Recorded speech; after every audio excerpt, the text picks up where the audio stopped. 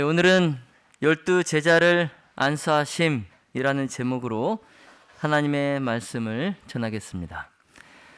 주제 성경절 하나님의 말씀 마가복음 3장 13절로 15절의 말씀을 함께 보겠습니다. 마가복음 3장 13절부터 15절까지의 말씀입니다. 또 산에 오르사 자기의 원하는 자들을 부르시니 나아온지라.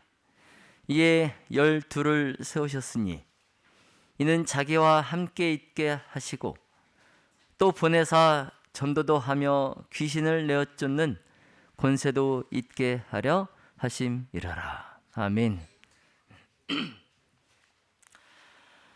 지난 안식일이죠. 우리 지난 안식일에 우리 무등교회의 신임 장로 및 집사 안수 예배가 있었는데요. 오늘은 예수님께서 당신과 함께 복음 사역을 펼쳐 나갈 12제자를 세우시는 안수식을 가지십니다. 예수님께서 이 땅에 오셔서 이렇게 당신의 제자들을 세우시고 또 그들을 훈련시키신 목적이 있어요. 그 목적은 그들이 당신에게서 보고 들은 것을 세상에 선포하는 증인으로 내보내고 또 당신께서 이제 승천하신 후에 이 지상에서 당신의 대표자가 될 그 교회를 조직하기 위함이셨습니다. 자, 그러므로 12제자들의 임무는 인류가 일찍 이 하나님께 부르심을 받은 일 중에서 하나님께 부르심을 받은 일 중에서 가장 중요한 일이었어요.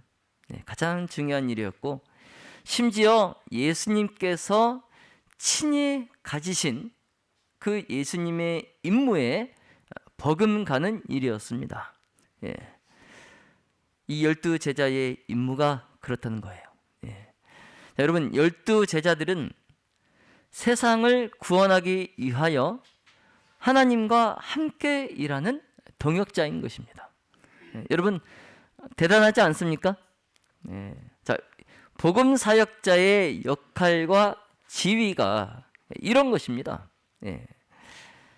자, 따라서 지난 안식일에 임직을 받으신 우리 네 분의 장로님 또 집사님들과 이미 임직을 받으신 장로님 또 집사님들은 보통 사람이 아닙니다. 일반 사람이 아니에요. 여러분께서 받으신 사명과 임무, 그것은 세상에서 가장 중요한 일입니다. 그리고 예수님께서 이 땅에서 가지신 임무에 버금가는 그 일임을 여러분 명심하시기 바랍니다. 그래서 이것을 늘 기억하시면서 그에 걸맞는 그러한 생애를 살아가시기를 예수님의 이름으로 기도합니다. 여러분 예수님의 12제자의 이름 다 기억하고 계십니까? 자, 한번 사진을 보면서 실제 이렇게 생겼는지는 모르겠지만 한번 볼까요? 자, 베드로, 야고보, 요한, 안드레, 빌립, 바돌로메, 마태, 도마, 야고보, 다데오, 시몬, 그리고 마띠아. 이 마띠아는 가룟 유다가 예수님을 팔고 그가 이제 죽음을 맞이하죠. 그래서 이 유다 대신에 사도로 보선된 제자입니다. 마띠아. 그래서 이 12제자들은 구약 당시에 12족장이 이스라엘의 대표자였던 것처럼 이 복음 교회의 대표자가 될 것이었습니다. 예수님께서 승천하신 후에 지상의 교회가 조직될 때에 이 지상의 교회의 대표자가 될 것입니다.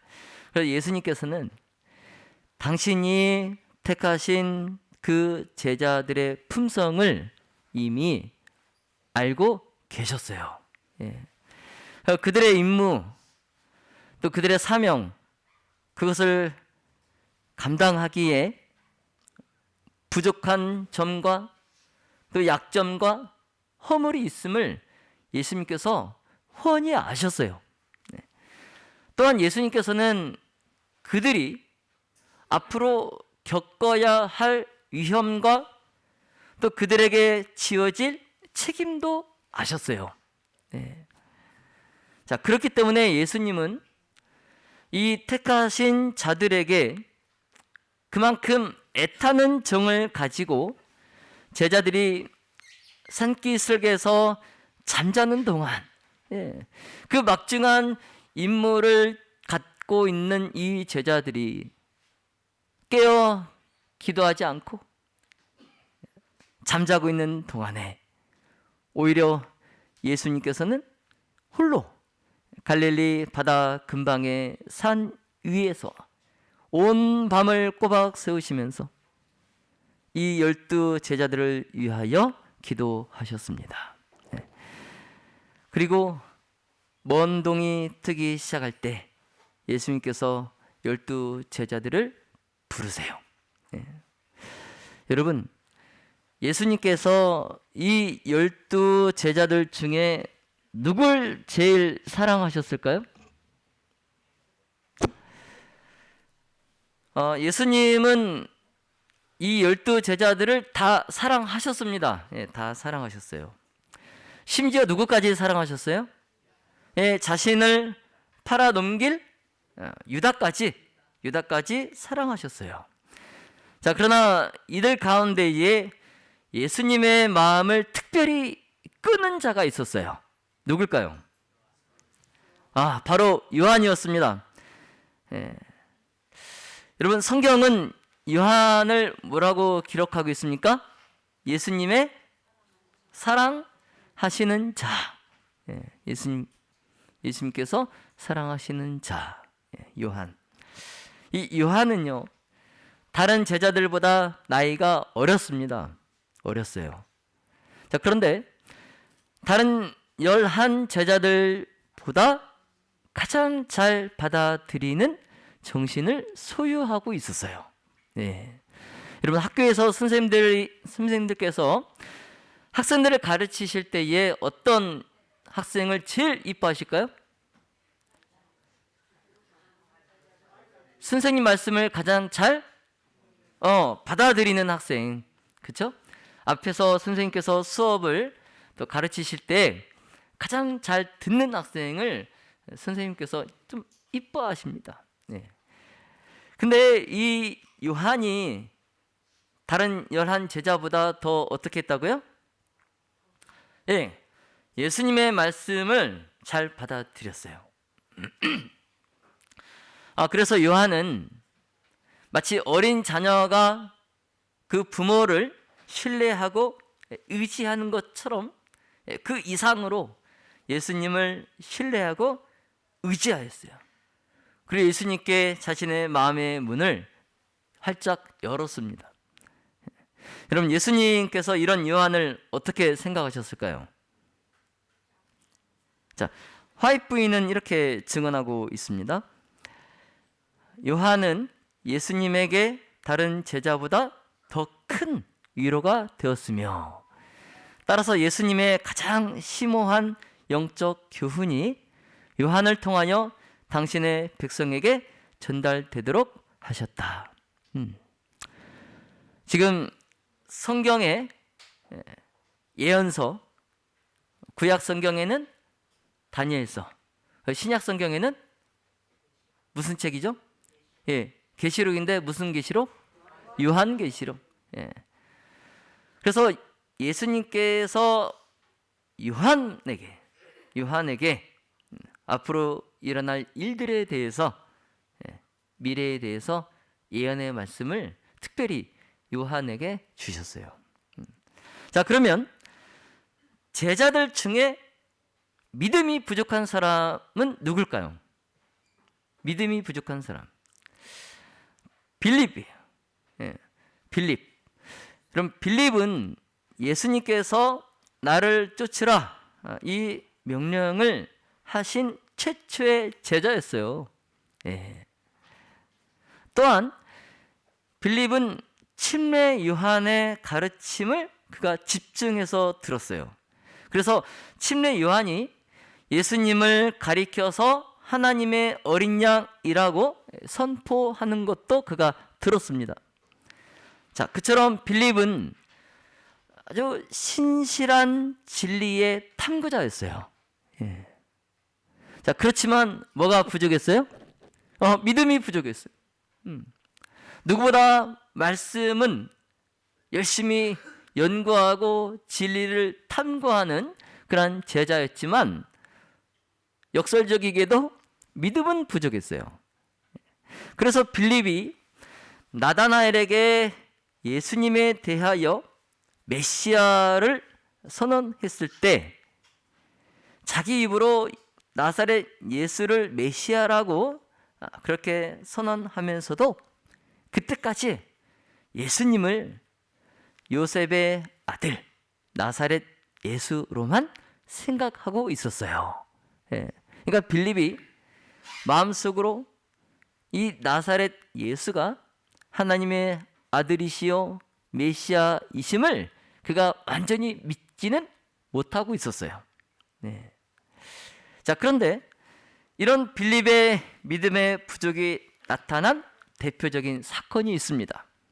예, 언제일까요? 예, 예수님께서 보리떡 5개와 물고기 2마리로 5,000명을 먹이시던 그 사건에서 빌립의 믿음의 부족이 드러났어요. 예. 자, 그때 예수님께서 우리가 어디서 떡을 사서 이 사람들로 먹게 하겠느냐라고 빌립에게 질문하셨어요. 빌립에게. 예. 여러분, 다른 11 제자도 있는데 그 제자들에게 질문하시지 않고 왜 이 질문을 빌립에게만 하셨을까요? 예수님께서는 빌립의 믿음이 부족한 것을 알고 계셨어요. 그래서 그의 믿음을 시험하시기 위해서 빌립에게 이 질문을 하신 겁니다. 자, 그런데 아쉽게도 빌립은 그때도 믿음의 부족을 나타냈어요. 각 사람으로 조금씩 먹게 할지라도 200데나리온의 떡이 부족하겠습니다. 예수님께 이렇게 대답을 했어요. 빌립의 이 현실적인, 지극히 현실적인 이 대답을 들으시고 예수님의 마음은 슬펐어요. 왜냐하면 빌립은 예수님의 하시는 일을 보고 그분의 능력을 그가 알았었지만 아직도 그에게는 믿음이 없었기 때문에 예수님께서 이 대답을 들으시고 슬퍼하셨습니다. 여러분, 빌립의 믿음의 부족은 예수님과 3년 반의 시간을 보냈음에도 그의 믿음이 달라지지 않았어요. 여러분, 그럴 수 있겠습니까? 그럴 수 있겠어요? 서당계 3년이면 뭘 읊어요? 풍요를 읊는다고 했는데 빌립은 3년 반을 예수님과 가까이 시간을 보냈음에도 그의 믿음의 부족이 달라지지 않았어요. 그래서 제가 이 제7일 안식일 예수 재림교회에 이 신앙을 해온 지 50년, 70년, 80년, 또 30년, 20년, 10년, 또 1년.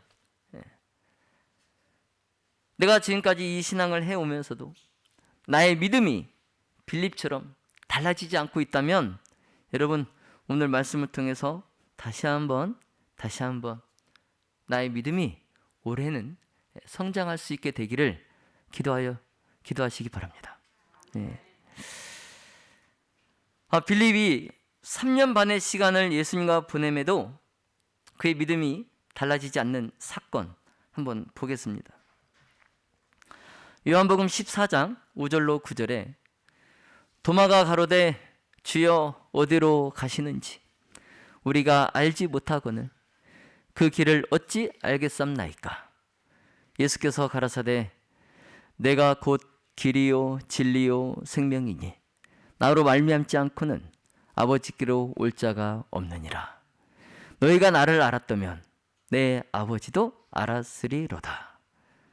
이제부터는 너희가 그를 알았고 또 보았느니라. 빌립이 가로되 주여 아버지를 우리에게 보여 주옵소서. 그리하면 족하겠나이다. 예수께서 가라사대 빌립아 내가 이렇게 오래 너희와 함께 있으되 네가 나를 알지 못하느냐. 나를 본 자는 아버지를 보았거늘 어찌하여 아버지를 보이라 하느냐. 예수님께서 십자가에 달리시기 전, 그 마지막 몇 시간 전에 도마가 예수님께 주여 어디로 가시는지 우리가 알지 못하거늘 그 길을 어찌 알겠삼나이까 라고 예수님께 물을 때에 그때 예수님께서 내가 길이요 진리요 생명이니 너희가 나를 알았다면 내 아버지도 알았으리로다 라고 대답하십니다. 자, 그런데 그때 그 도마와 예수님 옆에서 그 말씀을 듣고 있던 빌립이 자신의 마음의 불신, 그 불신의 대가가 나옵니다. 빌립이 뭐라고 그래? 주여 아버지를 우리에게 보여 주옵소서. 그리하면 내가 족하겠나이다. 여러분 3년 반 동안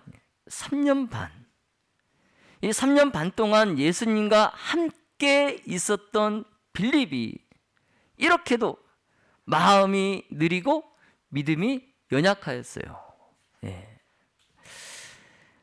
여러분 이와 같이 빌립은 믿음이 부족한 사람이지만 예수님께서 지상에 계실 때 그분의 학교에서 배우는 학생이었어요.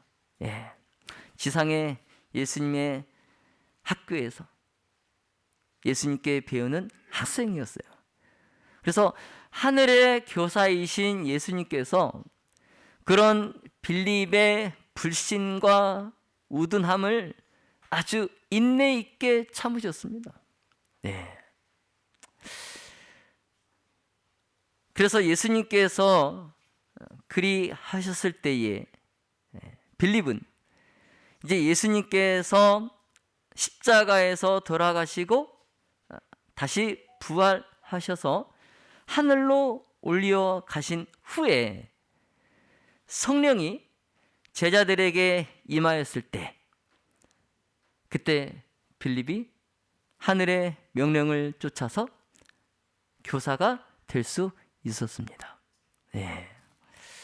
그렇게 성령의 도우심으로 이 빌립이 믿음이 부족하고 우둔하였던 학생 이 빌립이 그가 가르치는 교사가 됩니다.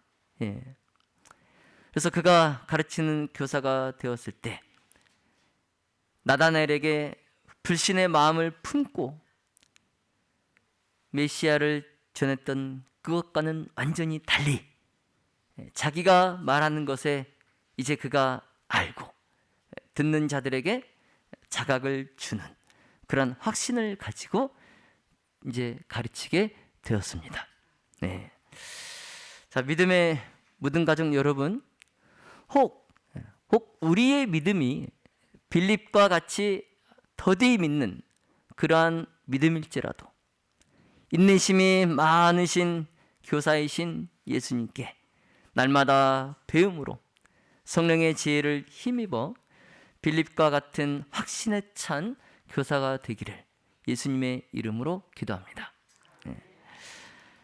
예수님께서 제자들을 안수하시기 위하여 준비하실 때 부름을 받지 않았던 자가 제자들의 사이에 끼려고 힘쓴 사람이 있어요.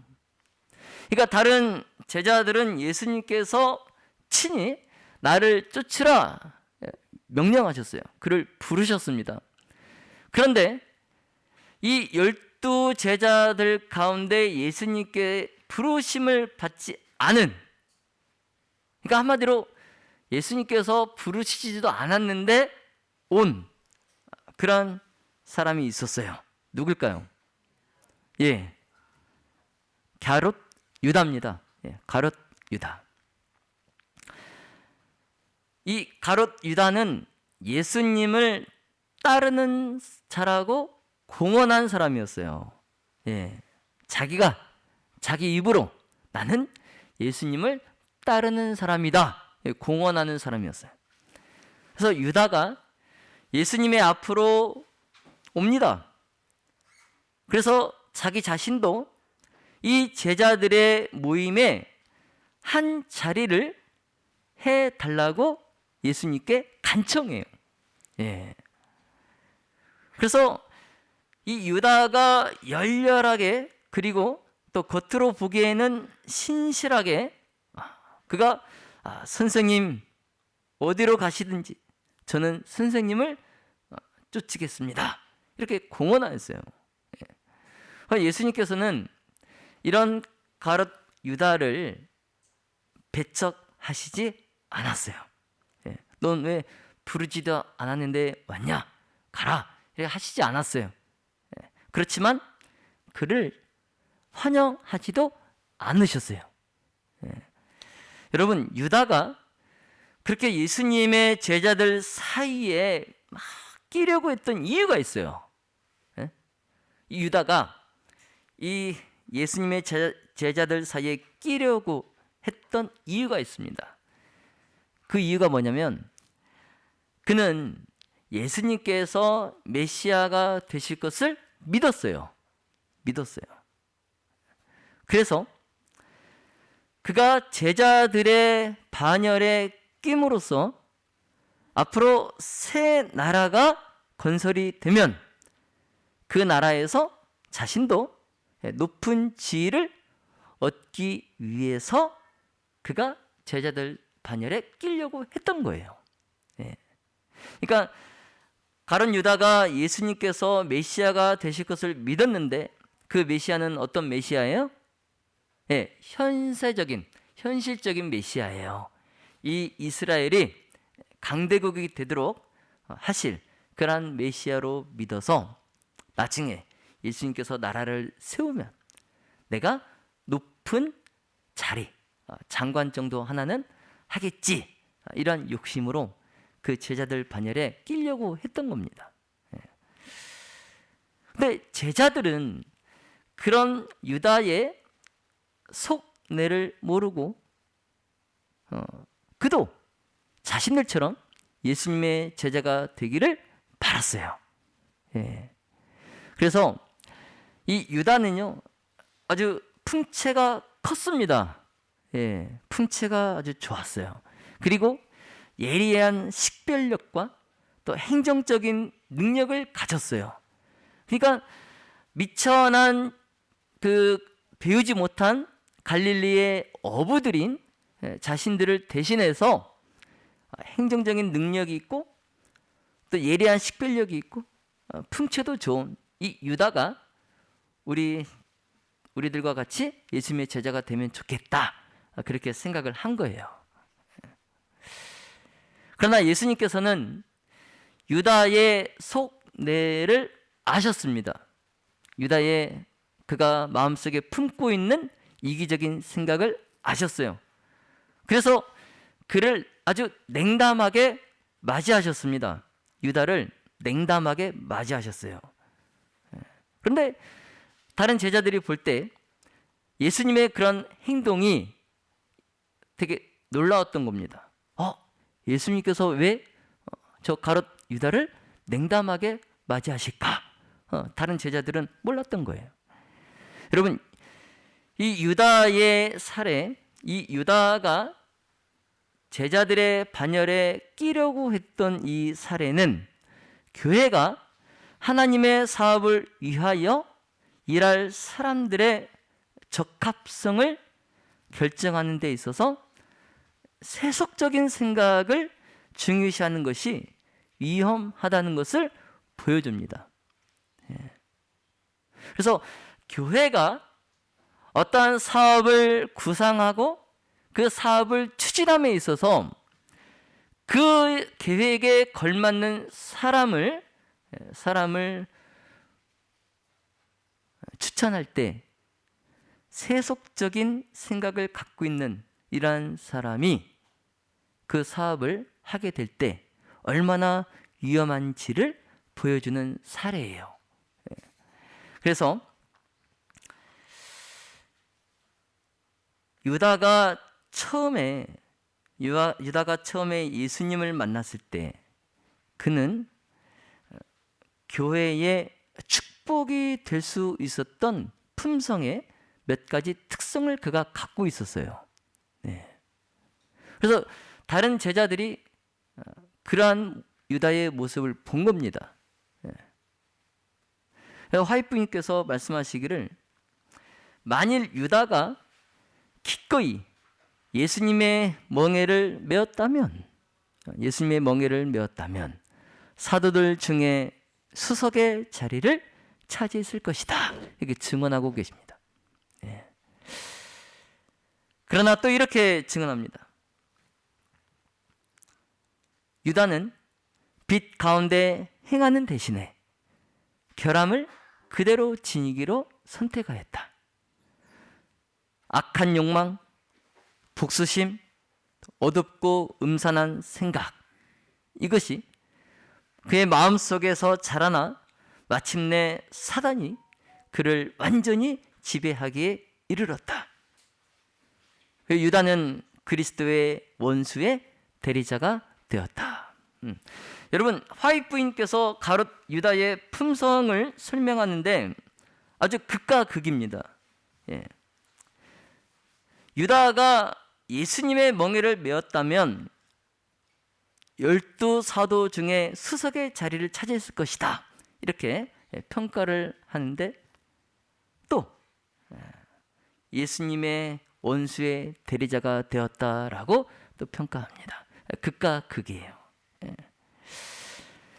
사실 유다 말고도 다른 제자들도 예수님의 사업을 위하여 부르심을 받았을 때에 큰 결함을 갖고 있었어요.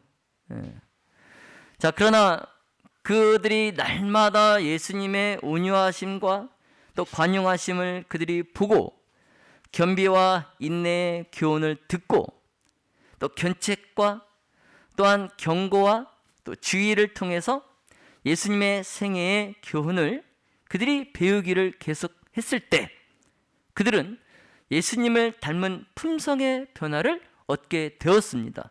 3년 반 후에. 그러나 유다는 다른 제자들처럼 예수님의 생애의 교훈을 배우기를 거절했어요. 그래서 3년 반 후에 11 제자들은 예수님의 품성을 닮아서 변화할 때에 유다는 자신의 그 악한 품성을 그대로 지니기로 결정하여서 예수님의 원수의 대리자가 됩니다. 이제 말씀을 마치겠습니다. 자, 예수님께서는 제자들에게 교훈하시는 것을 이제 마치셨어요. 그리고 정말 이 12명의 무리, 이 12명의 그룹 얼마나 참 작습니까? 그렇죠?